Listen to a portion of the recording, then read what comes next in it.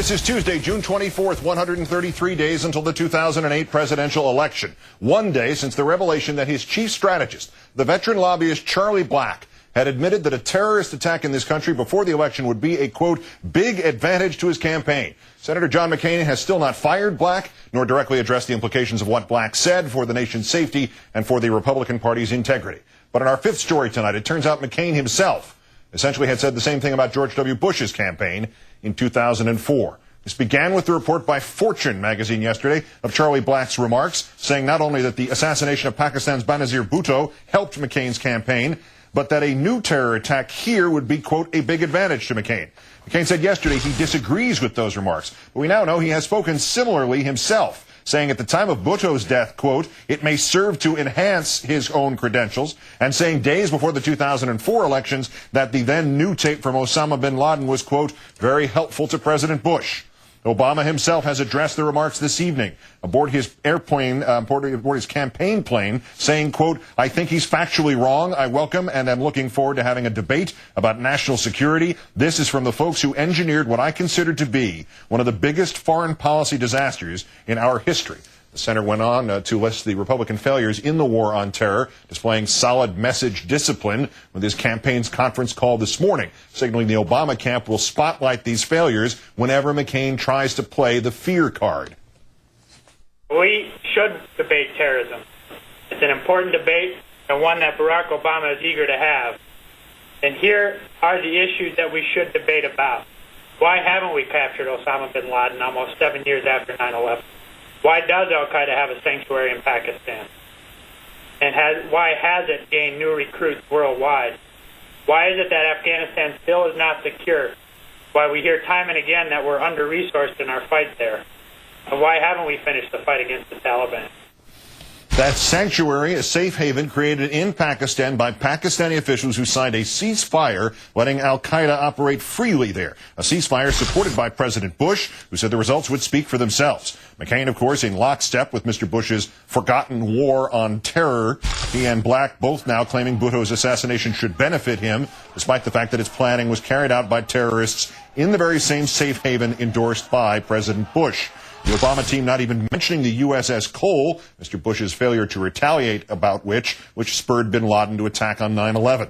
Mr. Bush's failure to prosecute two alleged Cole members in U.S. custody, bombers rather, or the fact that every single attacker convicted in Yemen has escaped or been set free by the government there, a government which Mr. Bush calls an ally, despite the fact that two of those attackers became suicide bombers in Iraq, and the fact that Mr. Bush today cannot even tell us whether the organizer, Jamal al-Badawi, is in custody or walking free. The president is also still refusing to meet with the families of the Cole's 17 dead sailors to discuss the case.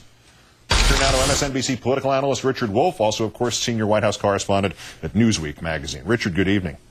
Good evening, Keith. How does, as logical as it would seem to be to work this way, how does Obama win this terror debate by using common sense when the Republican goal is tactically the opposite? It's to scare people out of their sense. Well, there's a mismatch there, you're right, and he's trying to have it both ways in a sense. He's trying to use common sense by calling out, railing against what he's called the politics of fear, and he does that pretty effectively when he highlights the sanctuary in Pakistan for al-Qaeda. But he's also covering his rear here. There's a defensive posture that he's taking. Look at how he positioned himself on the FISA issue, on warrantless wiretapping, where he took a nuanced position, but ultimately he gave the administration the benefit of the doubt. He does not want to appear soft or weak on these classic issues, giving his opponents the chance to tape a negative ad against him. And that's got him in this bind here. But he's trying to have it both ways, trying to be commonsensical and defensive at the same time. Why not, since it costs him nothing but to extend this debate that he wants to at least ostensibly continue, why not say that McCain should fire Charlie Black? Why hold back on that? Well, there are two ways of looking at this. He is, on the one hand, quite happy to have Charlie Black out there, the gift that keeps on giving, the lobbyist who misspeaks and gets his boss into a whole lot of trouble. On the other hand, they're also trying to defend some of his own appointees or the people that he's put into high-profile positions, most recently on his Veep selection team. You know, if you get into this sort of tit-for-tat of the Cold War diplomacy, everyone ends up expelling everybody else's diplomats. So you don't try and fire everyone just in case the pressure comes back on you. Right. It's just McCain versus Obama then with no seconds. Right. There's a report from Fox News tonight, which we can take at face value, I suppose, that Charlie Black has more or less disappeared from the McCain campaign trail today. We'll assume it's accurate. There's no other explanation for it. The guy didn't just have some sort of meeting with his lobbyist firm or lobbyist friends. Are the Black candor and the Black client list possibly proving more trouble than the advice would be worth to McCain? Well, here's the thing about the John McCain's positioning when it comes to Washington and the issues of change and reform. You know, the thing that people don't remember about the 2000 campaign is that what sunk him there wasn't just the smear tactics, the sort of below-the-radar stuff in South Carolina. It's that the Bush campaign understood that they could portray him as a classic Washington insider. So Charlie Black is that classic Washington insider. You keep him out of view, it can go away for a day or two, but ultimately this stuff is going to be present and a conflict for McCain to resolve.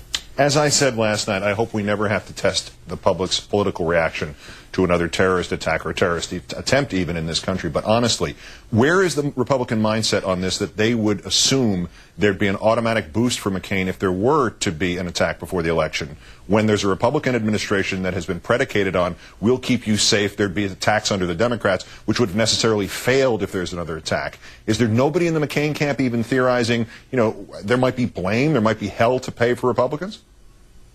Well, if they're not theorizing, they ought to, and they should look at the track record of terrorist attacks that we have sadly seen in Europe. When there were terrorist attacks in Spain, the Spanish government of the day got kicked out of office. And when there were terrorist attacks in London, the Tony Blair government tried to introduce very tough anti-terrorist laws, and that failed. So the public reaction to terrorist attacks at this point is not easily predictable and often can backfire on incumbents. You know, remember that the best talking point Republicans have right now is that there hasn't been an attack since 9/11. If there is another one, that talking point disappears. And let's hope this conversation, as I said, is entirely theoretical. Richard Wolffe, senior White House correspondent of Newsweek, political analyst for MSNBC. As always, sir, thanks for your time tonight. Thank you, Keith.